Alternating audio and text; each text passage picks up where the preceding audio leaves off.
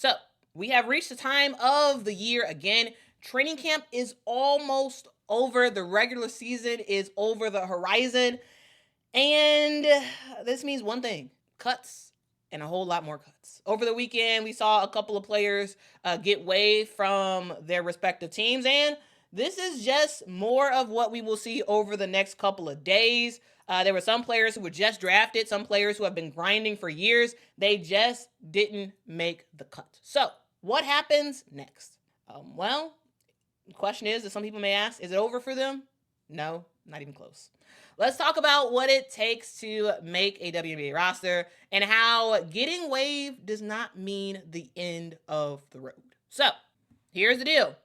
The harsh reality is, that players got to get waived. The WNBA is one of the hardest leagues to make. We got 13 teams, 12 maximum players on each team, all right? This is tough. Instead of 144, it's 156 total players that can possibly be on the team. Now, we see some teams, they can only afford to have 11 players. And so there are some restrictions there with cap constraints and all that stuff. This past weekend, we saw some names like Ashley Joens getting waived by the Atlanta Dream, Reigan Richardson being waived by the Minnesota Lynx, Mai Yamamoto being waived by the Dallas Wings after the Dallas Wings ended up, after her Japan team actually was playing WNBA teams, right? So Mai and the Dallas Wings ended up playing the Mai's team in Tokyo, and after that game was over, they waived her, and now she is on her way back to Japan. And so, there is some stuff where it's like, okay, I actually understood that. I didn't think she was actually gonna make the roster, but it's also kind of like, I don't know, like I get the, having the player get that experience of playing and whatnot, but it's also just kind of weird. Like, she just played her teammates, and now she is getting cut so she can rejoin her teammates. Anyway, we saw Madison Scott get waived as well. Now, again, Madison Scott, she was at the draft, dressed up, took photos and everything. It doesn't matter. Players are getting waived left and right. It doesn't matter where you got drafted. It doesn't matter about whether or not you were at the draft or not. Everybody's getting waived, okay? Including other players who've been out of college for a little bit, like a Jessika Carter. She got waived by the Chicago Sky. I saw that come in. Alex Wilson got waived as well as Morgan Birch. Here's the deal. It was a 3-player battle for that remaining spot for the Chicago Sky. It was between Maddie Westbell, Jessika Carter, Morgan Birch. It was between those 3 players. It was between those 2 players, and it looks like Maddie Westbell won out. That's what it seems. That's what it seems like. Ebony is right. No one is safe. Nobody. Doesn't matter. No one is safe. Okay? And we also saw over the weekend that the Connecticut Sun have brought back Bria Hartley. She signed a training camp contract, and we'll see what she is able to do if she's actually able to make the roster for the Connecticut Sun. Here's the deal. When it comes to making a WNBA roster, it's about talent, yes. It's also about fit. It's also about timing. It's about injury status. And unfortunately, for some teams, it's about that money, honey. Because that's what it's all about. Sometimes you got to make it work, right? It has to work right in terms of your salary compared to everybody else's salary, depending on if the team can have 11 players or 12 players. It matters about your position. You may be a really good player, but if a team over indexes on your position already, you might get cut. Okay, like there's just a lot of factors to keep in mind. Morgan Birch is a really good player. However, it could be, now speculation time, it could be that maybe the Chicago Sky just saw more upside in what Maddie Westbell can do in the future versus what Morgan Birch can do right now. Because right now, if you're talking about a right now player, you think of Morgan Birch because she's ready right now. If you think about a future player who could be like a transformative player in her ability to knock down threes and whatnot in the future, you think Maddie Westbell. So could that have been the gamble and the decision that the Chicago Sky have made? Possibly. Right? We have a player like Aaliyah King who just got waived as well. There's so many players in the league that have gotten cut. But a thing, and this is not a stream where I'm not gonna go down every single name of a player who was cut. So yes, Leah King was cut as well. I don't have her on the graphic, not because it's not important, but because I just wanted to just get a glimpse of a couple of people. Okay. Now, to be clear, guys, getting cut, it hurts. It sucks. I'm sure these players are pissed. I'm sure some of them probably cried. I'm sure some of them was like, why? Like, this is terrible. Woe is me. However, a thing to note, it is not the end of the road. It is just the beginning of a new one. For many players, their next move is going overseas, either to Europe, to Asia, to Australia, or maybe staying in the US and playing in Athletes Unlimited. You name it. There are pro leagues around the world who can offer these players contracts, and most importantly, playing time and giving them a chance to continue to develop in whatever they are actually lacking in terms of their gameplay. Now, will those overseas leagues be as good and as competitive as the WNBA? No, but it's still a great opportunity, especially if you're able to get on a European team that is able to play in one of the top tier leagues in Europe. That way you're able to really work on a whole bunch of stuff. You're able to get stronger, you're able to get smarter, you're able to get more confident, and for some of these players who get cut in the WNBA, you're going to be able to go overseas and play in Europe and play 30 plus minutes a game on your respective team. And so you're able to work through a whole lot of stuff, right? We see players who don't get cut in the WNBA. We see players who play in the WNBA, they go overseas as well. And so you're going to be you're playing against not just good overseas talent, you're playing against current WNBA players as well when you go overseas, because overseas play is primarily during the offseason for the WNBA. And so you are going to be able to show up and show out and really show what you can do, and hopefully work your way into just developing your resume and possibly getting a training camp contract come the following year. Here's the deal. This is a setback for some of these players, and they have to take a different route to get to the league. And with the league expanding, with the new team, the Golden State Valkyries this year, with Toronto and Portland come next season, persistence will pay off eventually. Eventually, persistence will pay off for these players who get cut if they can continue to grind, work overseas, get better and better and better, and eventually try to work their way back to the WNBA. Also, here's something to note, guys. It's worth noting that not everybody who is on the transaction list was cut. This weekend, Dorka Juhas and Helena Puyo both announced that they will be missing the 2025 season due to personal reasons.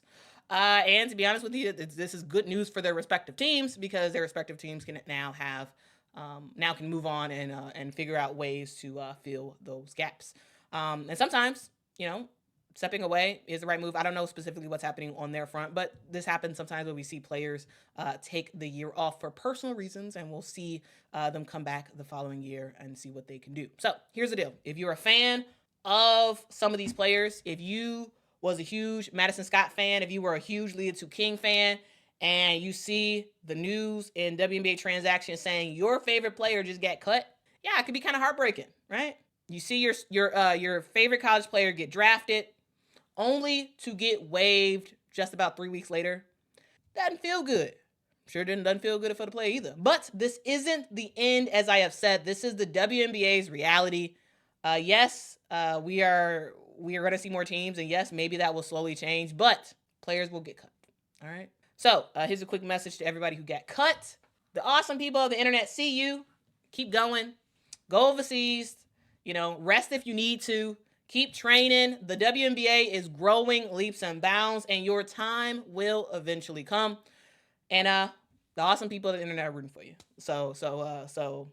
This sucks. This is not great. However, this is how it is, right? This is how it is. But yeah, that's my little tangent around players who have gotten cut. Again, I was not trying to do a exhaustive list of all the players. I was just talking about some players who got cut, and just overall talking about the full picture of like what possibly happens next, which is for most of these players going overseas, working with a trainer and trying to do whatever they can to get back next season. All right. All right. Yeah, I wanted to, it's not likely. It is not likely that any of these players who got cut even know about this channel and know we exist. But if they happen to see this message, I want them to know that we rooting for them, right? We talk about what happens. We talk about what happens to these players, and sometimes I think some people think that, like me, when I like report about, oh, this happened to this person or blah blah blah blah. Sometimes people think that I am very like I don't like players, or I'm like negative about players, or like, oh, I'm joyous in what happens to players. Here's the deal, like I really do enjoy watching all of these players play. Yeah, sure. In a perfect world, I would love for all of them to be on the team. However, that's just not the reality. But what is the reality is I am always rooting for women's basketball players. That's what I do. That is absolutely what I do. Okay? And I know that, the awesome people of the internet are rooting for you as well. Not all of them, but a good amount of them are rooting for you as well, depending on what team you play for. Anyway, I just wanted to make that quick segment. All right.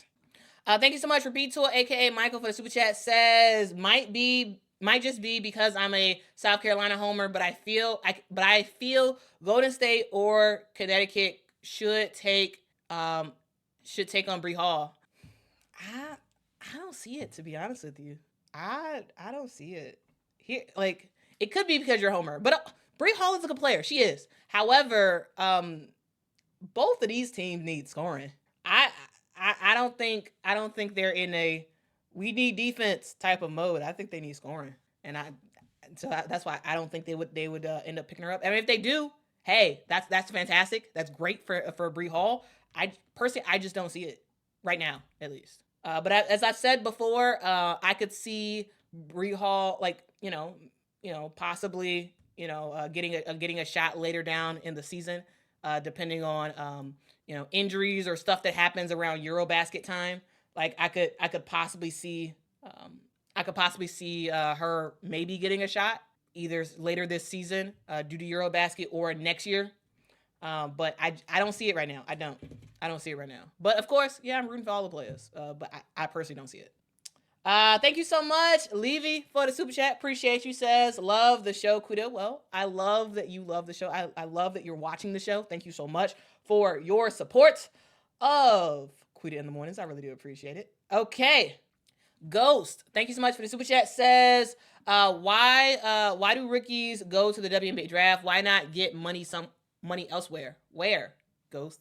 I think the question is, if you are a player who wants to get, if you're a basketball player who just came out of college, you want to be a basketball player, where else would you go? If you don't go to the WNBA draft, where else would you go to be able to get paid and get some money immediately? Because even if you go and sign with the overseas team, it's not. Yes, overseas teams do sign college, like formerly college players, but they're also trying to possibly try to get some WNBA players as well. So it's not like you're gonna immediately sign a contract. You finish out your college career. You're deciding, actually, I don't want to go to the WNBA. I want to go overseas. It's not likely that you're gonna get a contract that fast. And even if you do get a contract, you're not getting paid, so you're not gonna get any money for the entire summer. So why wouldn't you go to the WNBA draft? Because at least you're giving yourself a chance to possibly make a team. So, I mean, unless you want to get a regular job. Now, if you want to get a regular job, then yeah, don't go to the WNBA draft. If you want to get a regular job, just opt out of the draft. Like Ayoka Lee did. Ayoka Lee, she's done. She graduated. She's gone from K-State. And she said she doesn't want to play basketball anymore. She did not want to play basketball anymore. She wanted a real career. I forgot her field that she's going into. But she made the decision to say, hey, you know what? I don't want to be drafted.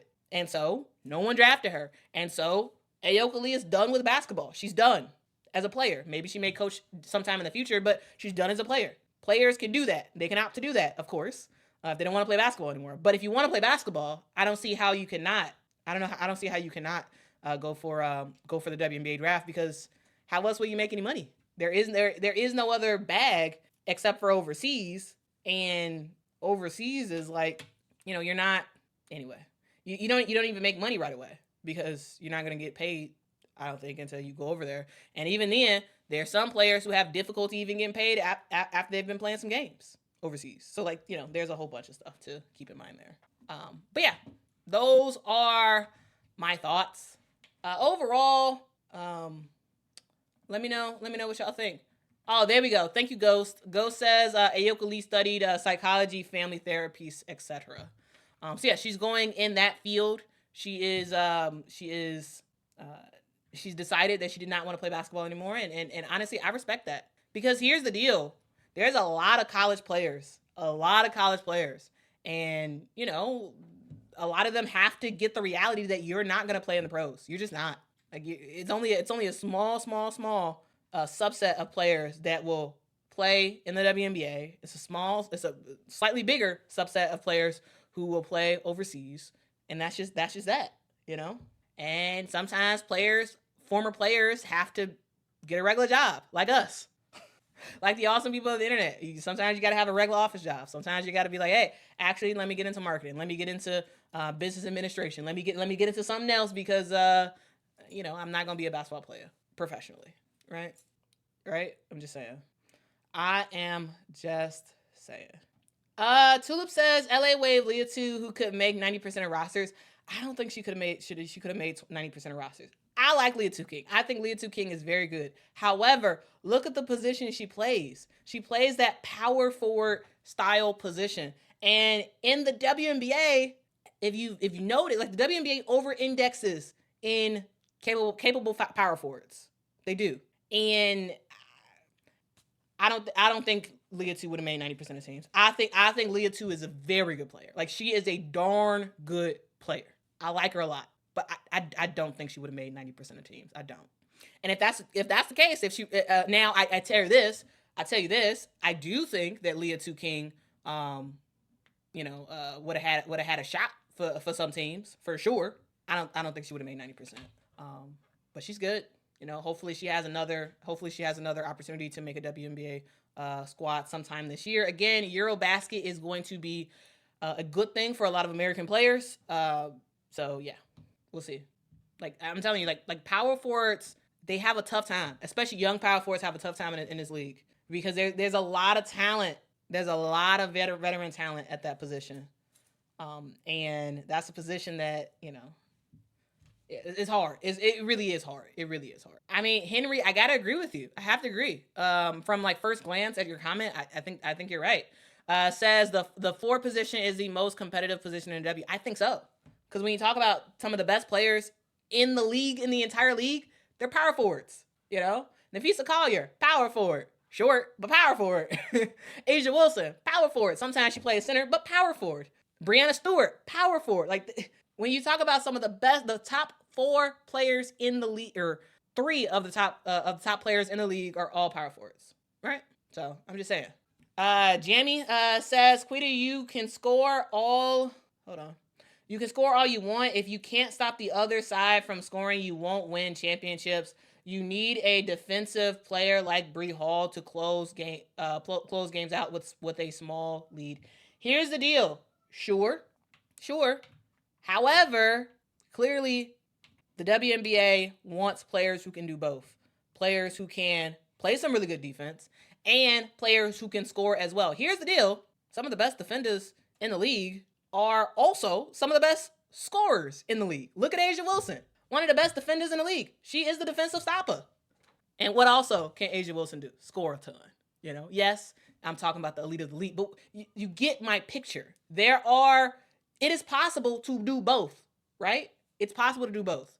And it's clear that WNBA teams are saying, you know what? Yes, we want someone who can play defense, but we also need someone who can score as well. Ariel Atkins, yes, the Chicago Sky got her because she can score. Though she didn't have a great preseason game this past weekend. But anyway, they got her because she could score, but also because Ariel Atkins can play some defense, right? Yes, defense is important. But if your primary thing is just defense, you're going to have a hard time playing in the WNBA. Now, this is no shade. This is no disrespect. This is just what we see. We have seen primarily defensive players get run out the league because they don't have a two-way bag. It is what it is.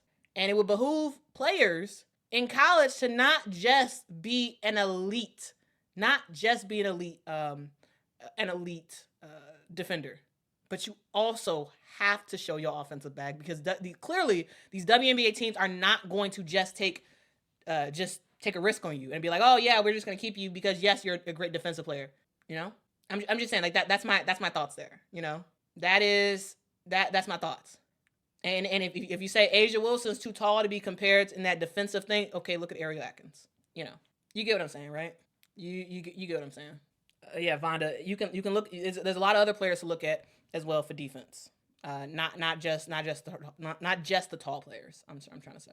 Rugged 47 says you have to be a total package. Yeah, because it is hard. It is hard to make it in the W. It's hard. It's hard. You can't just be a very, very, very good college player who specializes in one or two things. It's gonna be tough to make a team. It's gonna be tough. It's tough. That's just the reality of it. That's the reality of it. Okay. WK says these teams are not trying to waste a roster spot on a defensive only player. Yeah. And to be clear, to be fair, Bree Hall, she is a primary defensive player, but she can knock down shots every now and then. She can knock down shots. It's just that she didn't prioritize that. You know, and that was a thing, you know. And a player like Aaliyah King, again, very, very good. However, you're just in that tough spot. That 4 position is very, very tough in the WNBA. Very, very, very tough. All right? She's not, but she's a defensive primary player. And I don't think teams have probably seen enough of an offensive bag to justify it. So, yeah. And again, if you all disagree, there's a maximum of, at this point, 156 total spots. If I'm wrong and whatnot, then we will see one of these 13 teams pick up whatever player you all are arguing for. If they're that amazing, we will see somebody pick them up. But again, she is good. She doesn't have enough of an offensive bag. She just doesn't. And if you disagree with that, look and see. Michael says offense is way more important in the WNBA. It is. And Tisha's right. The WNBA does like 3-and-D players. They do. They do like 3-and-D players. That is a thing, for sure. Rasta says, only Dejanay who has been lucky to last in the WNBA without offense. She's developed the offensive bag, though. Yeah, like she was also, in my opinion, very, very defensive heavy. However, she has developed a offensive bag as well. All right? Now, she had the time and space to do that a lot more. But yeah, Dejanay can score, which is why Dallas did what they had to do to get her over there in free agency. Because not only can she play some really good defense, she also can score. Now, is she an elite scorer? No, but she absolutely can score and get you, close to 10 plus points a game, right? So she can score. Again, she's not an elite scorer. No, I'm not saying that whatsoever. But she has shown that she has a offensive bag. She's shown that. It's clear as day. She's shown that. So, she's shown she has a bag. Now, again, if I'm picking offense versus defense, I'm picking her defense for sure. But she can make some stuff happen on offense, on the offensive end. Is she a primary offensive option? No. But if you give her the ball, she can make some stuff happen on the offensive end, for sure. Ghost says, Quita, who is your mama's favorite rookie? Well, mama's favorite rookie right now is Hailey Van Lith. That's her favorite rookie, I would say. I gotta ask her, but from what I've heard from her, I think it's Hailey Van Lith.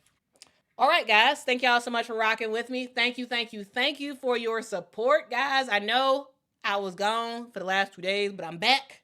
And it's back like I never left. I'm going to see y'all tomorrow. I'm going to see y'all the day after that. See y'all the day after that. See y'all the day after that. And we're going to get this streak going back up again. Can we make it another 2 months before I take another two days break? We'll see. Anyway, y'all have a great day. Be kind to someone. Tell somebody that they matter, because they absolutely do. Y'all, it's Monday. So this is our time to reset and start the week off very, very well. Okay? So let's start off good. Let's have a good week. Let's make it happen, Captain. Okay? Let's make it happen. Guys, I love you. Most importantly, guys, Jesus loves you. He wants a relationship with you guys. I hope y'all have a great day. Have a great day. Hit that like button on y'all way out. And make sure to tune back in with me tomorrow. Guys, give me y'all suggestions in the comments as we get closer to game day. I have a lot of back history looking things. I'm working on an awesome story right now about the time that the WNBA was this close to closing down for good. Okay, this was early on in the WNBA. This is a time period where I'm not gonna tell you the year because that way no one scoops it up and was like, oh, I'm gonna do it first before Quita does it. But I got an awesome story that's coming out this week that is going to look at the CBA and how CBA negotiations almost destroyed the WNBA early on. Okay, and yeah, we go. There's so much old stuff, and here's the thing: because I had the weekend, I was able to just because I had the weekend without no morning shows, I was able to have like the mental bandwidth to be like, you know what? Ooh, I'm not just gonna cover what's happening right now. I have to go back and deep dive into some stuff, and yeah, it's a whole bunch. And when I was like researching it, I was like, what the heck? This happened? And I was watching WNBA at this time, and I didn't know that this happened. I wasn't paying attention this much. So yeah, anyway, historical gems will be dropped on y'all this week. As I kind of get y'all up to the point where y'all have a really good understanding going into the CBA negotiations, because not only am I going to talk about what players want now, I'm going to talk about what players wanted then, what the league said, and how they had an ultimatum. Agree or WNBA is done. Anyway, we're going to talk about that. All right. The WNBA is not as strong-armed as they used to be. I'm just saying. Not the way it used to be. Okay? Times have changed. All right, y'all have a good one. And anticipate that awesome story. It's probably going to come out tomorrow. It may come out on Wednesday. Either way, I'm excited about it. I hope y'all are as well. All right, see y'all next one. Bye-bye.